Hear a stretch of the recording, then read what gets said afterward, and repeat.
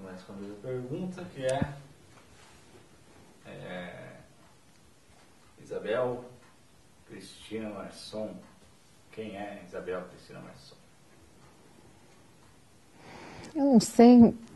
Da última vez que você me perguntou isso, eu acho que eu tinha isso mais claro. Depois da última vez que nós conversamos, aconteceu muita coisa. Eu acho que atualmente a Isabel Cristina Marçom obrigou-se a tornar-se uma pessoa preocupada com mais temas para além da literatura e da educação. Acho que é assim que eu me defino hoje, nesse contexto que a gente tem vivido. As preocupações hoje são muitas, os assuntos e os temas tornaram-se muitos na minha vida. E o que é a infância? A infância, para mim, ela foi um período que definiu a minha vida. Eu tive uma infância num sítio bonito, cheio de árvores, cheio de pomares, com uma casa azul cercada de jardim. E eu tive uma infância muito tranquila por causa da natureza. Um dos motivos pelos quais eu talvez tenha organizado essa casa nesse lugar é para voltar a ouvir muito do silêncio que eu ouvi na minha infância quando eu brincava de casinha debaixo de um pé de mangueira. E a infância, para mim, também ela foi definidora das questões da escola e dos estudos, porque a minha escola ficava bem perto da minha casa. Então, para qualquer lugar que eu olhasse, eu via a minha escola, em qualquer horário do dia. A escola estava meio que colada na sede do nosso sítio, então ela fazia parte da minha vida e do cenário onde eu vivia a infância.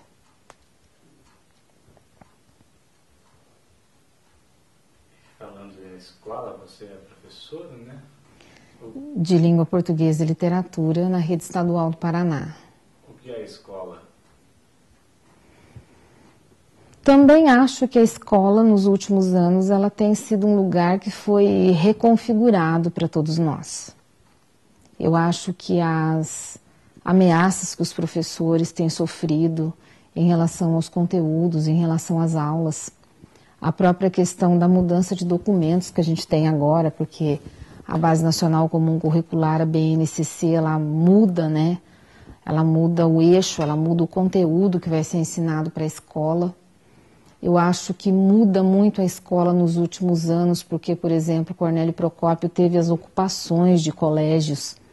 Então, quando que a gente imaginaria, numa década de 80, numa década de 90, que Cornélio Procópio teria ocupações de colégios? Então, a escola tem essa figura do professor que em muito precisa atualizar-se, mas também a gente tem formado pessoas que têm entendido que o caminho é trabalhar, ir para o ensino superior e buscar dignidade no mercado de trabalho, que eu costumo e prefiro chamar de mundo do trabalho.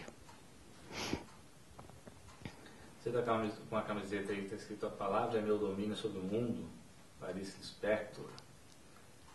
E o que é a palavra? A palavra para mim é tudo.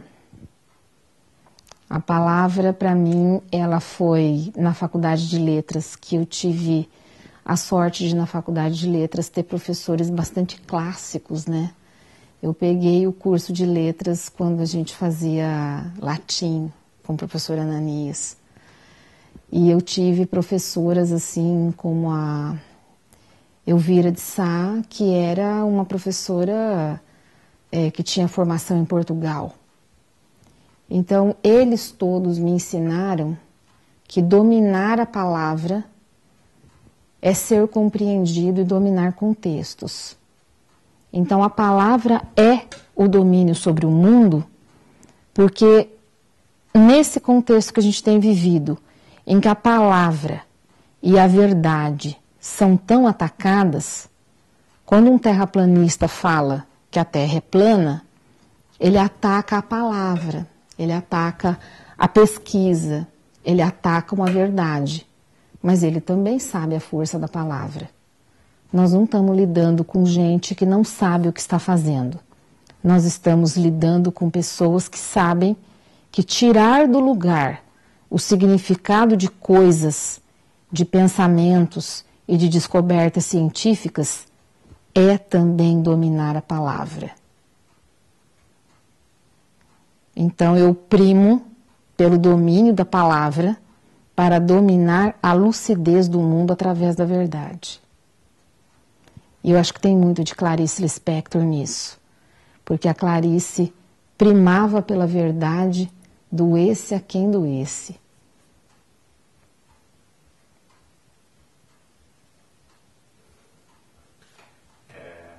Bom, estamos aqui na sua casa hoje. Você cresceu numa família com muitos irmãos, né? Sim. E hoje você mora aqui sozinha. E já que falamos de pessoas que lutam pelo bem, da palavra e tal, vou citar aqui a Maria Villani, que é uma poeta lá de São Paulo, do Grajaú, mãe do crioulo. Uhum. E ela falou que a casa é o concreto que a gente constrói a casa e tal, que é diferente de lar, porque lar são as pessoas, né? Eu vou perguntar para você que mora sozinho aqui, mas já morou com outras pessoas, o que é o lar? Essa casa é um lar. Essa casa é um lar porque mesmo eu sendo sozinha e solteira, essa casa que eu apelidei de Casa da Montanha, quer dizer, o Paraná não tem montanhas propriamente ditas, ele tem serras, colinas. Mas eu apelidei, dei a ela o nome de Casa da Montanha, porque quando eu fui construindo essa casa, eu queria que essa casa fosse o que ela é hoje. Uma casa que recebe todas as tribos. Todas as tribos. Então, todos que querem vir até aqui, o agrônomo que vem ver a soja, o moço da Copel que vem ler a luz, o veterinário que vem cuidar dos animais, a Ângela Maria que vem arrumar minha casa, a Carmen vindo me visitar, o dia do meu aniversário com a casa cheia de amigos, um almoço com alguém da comunidade LGBT, uma tarde com alguém da comunidade afro. A Casa da Montanha se tornou isso, um lugar para receber todas as tribos. E ela é um lar porque eu gosto muito dos novos conceitos de família. Porque se você tem as famílias LGBT constituídas como família, então eu que moro sozinha também estou nos dados do IBGE, eu estou no censo. Eu também sou uma família. Mas as pessoas não entendem isso. As pessoas têm muita dificuldade para entender isso. Agora, eu moro sozinha, mas eu nunca deixei a Casa da Montanha me isolar das pessoas e da sociedade. As pessoas vêm até aqui e são bem-vindas. Elas sabem que elas têm espaço aqui. Eu acho que é melhor eu ter um lar assim do que um lar tradicional com um pai ou uma mãe que diga que um amigo meu não pode entrar porque é negro. Eu queria essa liberdade nessa casa. Eu queria que a Casa da Montanha fosse esse acolhimento que ela é.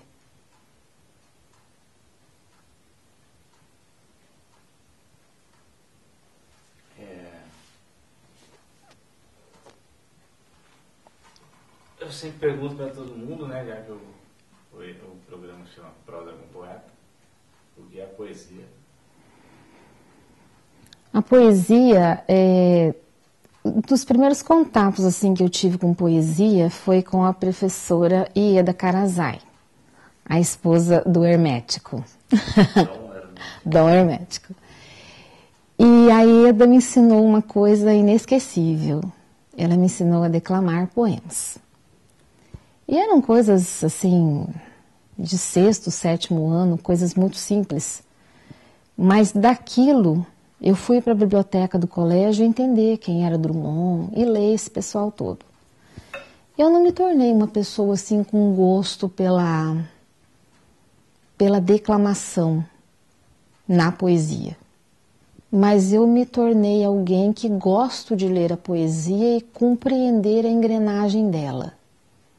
Então, pegar um livro como, por exemplo, o 2 em 1 da Alice Ruiz e dizer para minha aluna que tem esse livro numa lista de vestibular, mas ela não entendeu bem, mas dizer para ela que ela tem o direito a ler novamente, porque a gente vai conversar novamente sobre o livro, e compreender esse livro à luz da verdade dessa aluna, com os conhecimentos dela como leitora de mundo, porque ela é uma leitora de mundo diferente de mim, isso é muito da poesia. Porque o saber poético, ele é o avesso desta desconstrução da verdade pregada por aquele que diz que vacinar os filhos não é mais necessário. A quebra da verdade é o oposto da poesia. A poesia está posta pela verdade. Por isso que a gente tem visto aí, tanto na mídia quanto em redes sociais, a presença da Fernanda Montenegro defendendo a cultura do Brasil, levantando uma bandeira e fazendo um trabalho impecável e inesquecível e corajoso. Porque quando você vê alguém da cultura, você vê alguém que tem uma pureza de sentido muito grande, Vitor. Por isso a política se arrasta na lama e por isso a Fernanda Montenegro flana no alto defendendo a cultura. A verdade está com ela. A verdade não está com a lama que se arrasta na política atual. A verdade está com a Fernanda Montenegro. E lá na frente a gente vai ver quão grande é essa verdade dela e da cultura, porque a poesia está ali. Eles passarão Fernanda Passarinho. Opa, Fernanda Passarinho, com certeza.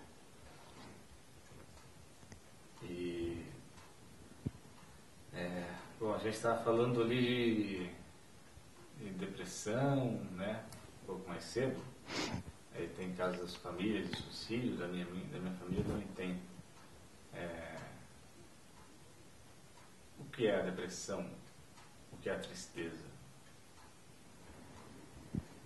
O meu irmão, ele comete suicídio logo depois dos 40 anos e a gente custou muito para entender a história dele, o que tinha havido com ele e tudo mais.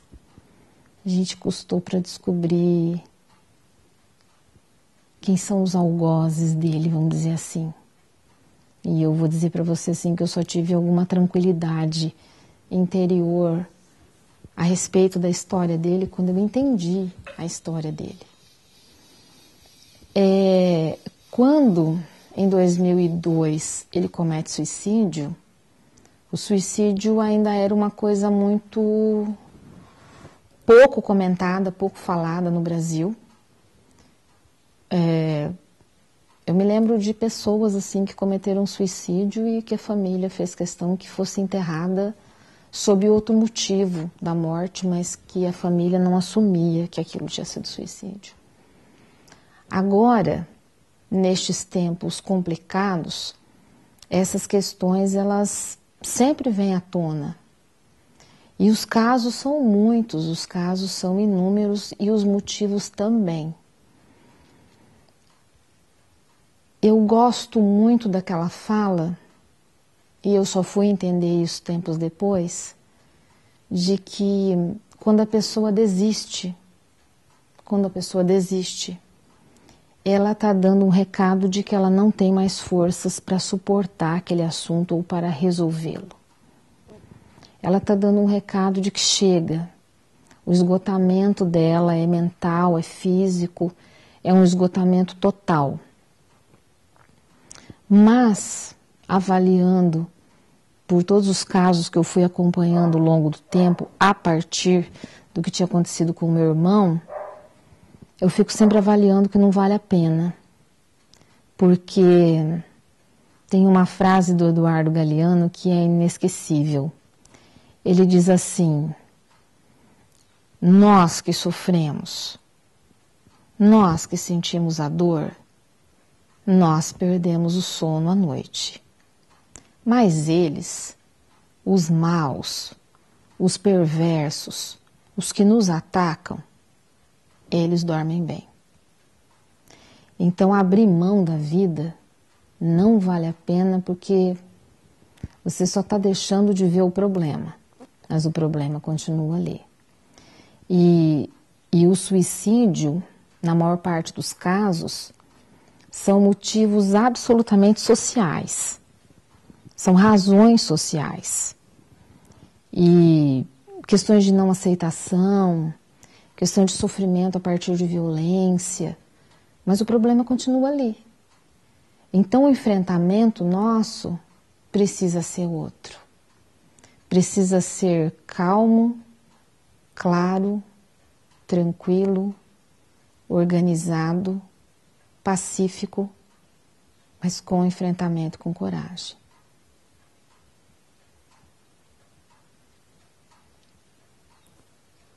Sempre. Você citou o Eduardo Galeano? Amo, Eduardo. Aí você é uma pessoa que luta aí, já participou de várias lutas, do FRAC e tal, entre outros, o MST. Eu vou perguntar uma vez que o Eduardo Galeano cita um amigo dele lá para falar sobre a utopia. Eu vou perguntar o que é a utopia.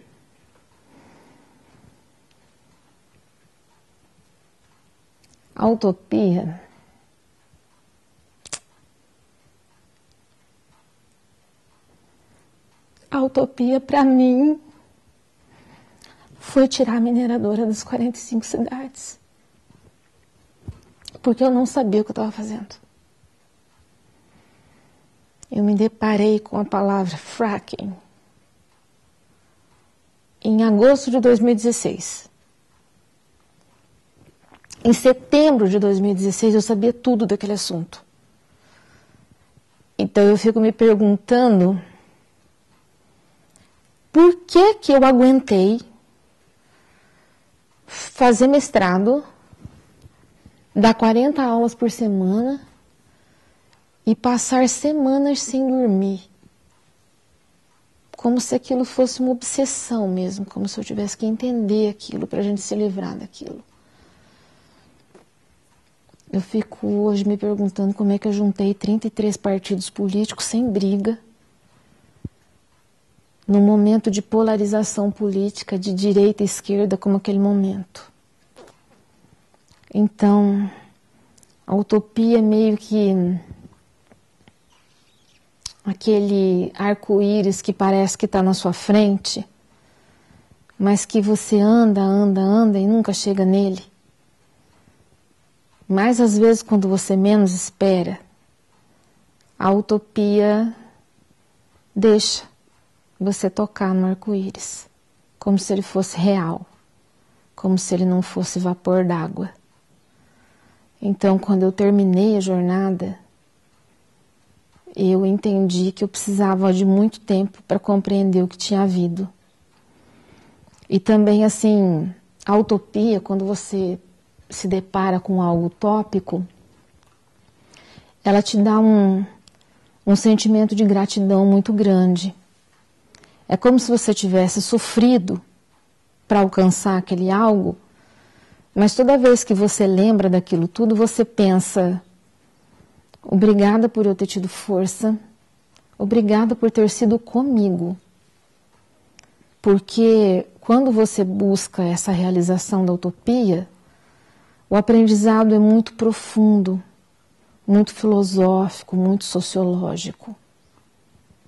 Então, quando eu penso em mais de 5.000 pessoas dentro das câmaras de vereadores dizendo que aqui não ia ter mineradora, eu fico pensando que aquelas pessoas não me conheciam pessoalmente, mas elas chegavam dentro das câmaras de vereadores e elas me abraçavam como se eu fosse uma velha conhecida. Isso é utópico.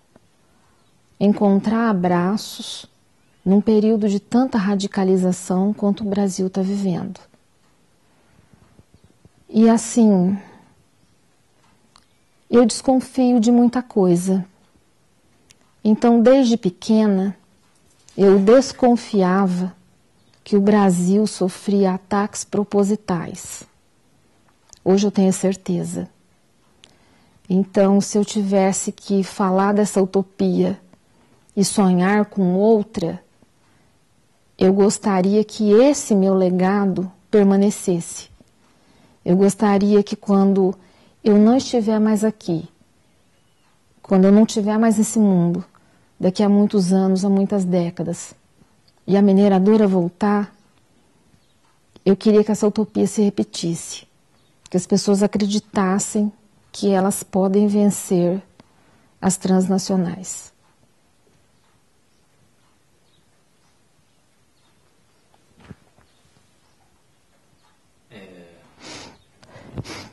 Primeiro, eu tenho duas perguntas aqui, depois a última para encerrar, mas eu vou perguntar primeiro o que é o pedregulho. Nossa, o que é o pedregulho? O pedregulho da minha infância foi o pedregulho da capela de madeira lotada de gente. Minhas amigas, meus amigos, gente que estudou comigo na escola da Dona Maria Rita Landgraf. Quando eu fui crescendo, a minha adolescência foi interessante porque eu estudava num colégio particular, mas o bairro Pedregulho tinha todas aquelas reuniões das comunidades eclesiais de base, então isso me dava a oportunidade de viver coisas muito diferentes. Então o Anísio, meu cunhado, que era o marido da Carmen, falecido, ele coordenava as comunidades eclesiais de base. Então o meu primeiro contato com o viés assim do Boff, do Gramsci, do Paulo Freire, foram com os livretos das SEBs, o que foi muito interessante para mim. Depois, na década de 90, com o Fernando Henrique Cardoso no poder, eu vi as escolas do Pedregulho serem fechadas, eu vi as crianças serem colocadas em caminhões de transporte de gado, eu já era jovem na época, para irem à escola. E foi um período que muita gente se mudou do Pedregulho, a gente teve uma nova geração que foi para a cidade, uma nova onda de êxodo rural.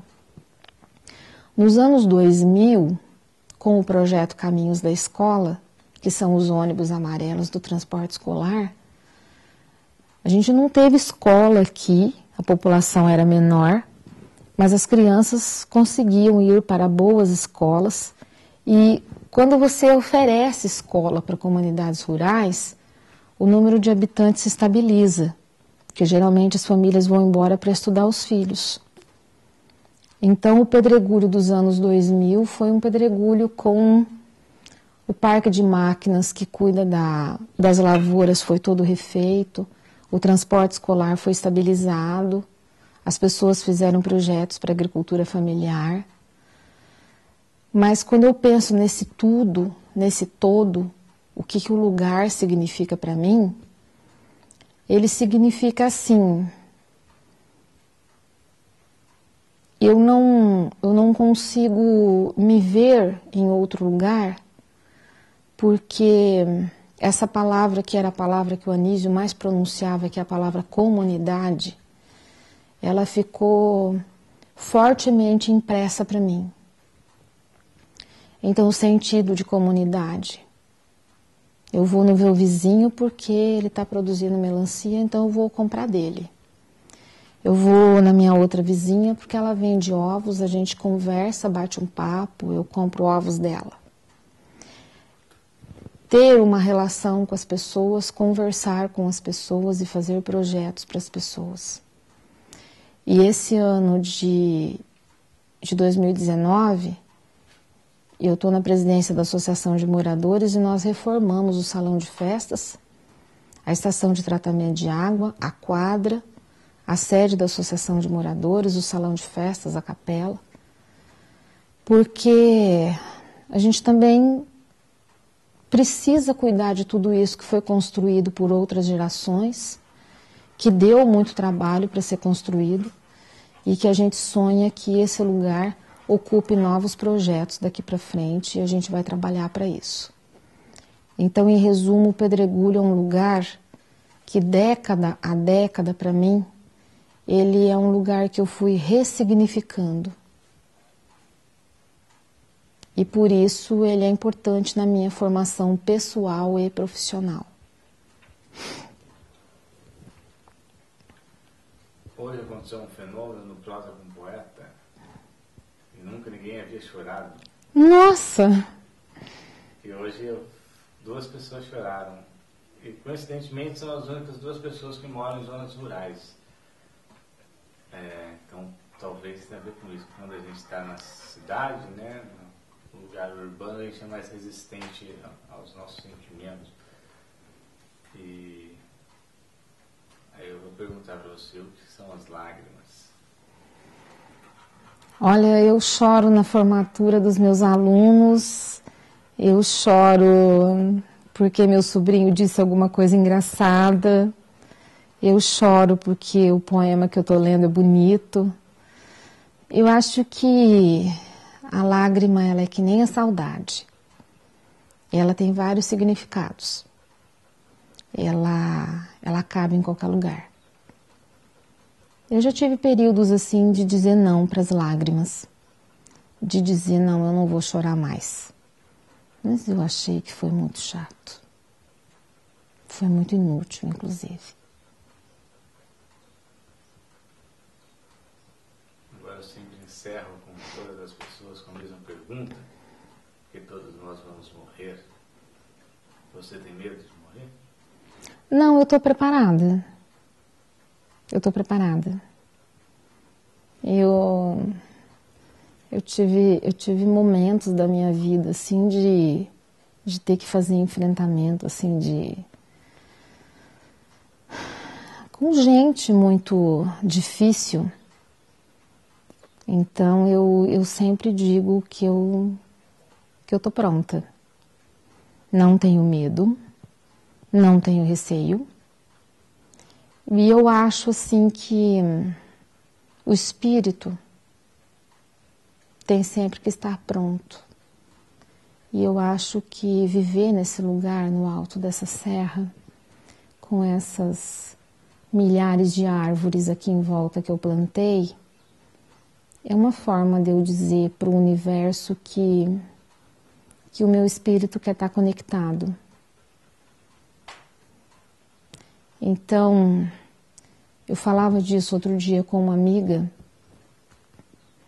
Eu não sabia muito bem o que eu estava fazendo quando eu quis morar no campo, nessa perspectiva de um outro conceito de casa, de um outro conceito de viver mesmo.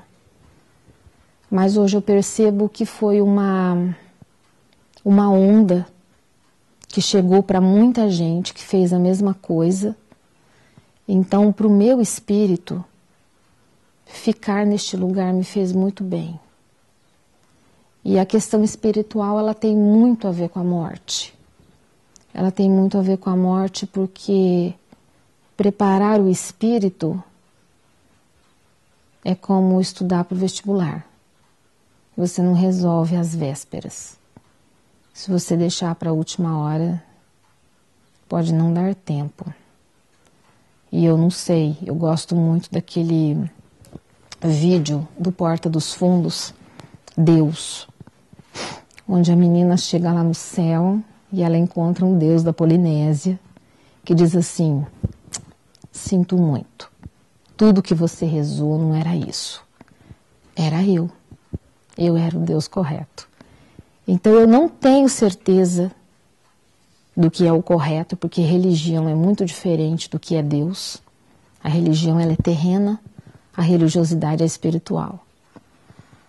E eu acho até que esse Buda que está aqui do lado, ele diz muito sobre essa questão espiritual que eu acredito. Eu sou católica e tem 2 Budas aqui na sala. Quando as pessoas chegam aqui e perguntam dos Budas, eu tenho a resposta clássica. Foi a sobrinha do padre que fez. É uma obra de arte da Fernanda. Eu acho que isso diz muito do que eu acredito sobre a vida, sobre a morte, sobre a questão espiritual.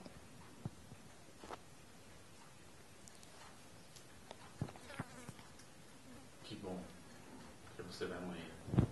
Todos iremos. Não ficaremos para a semente. Eu só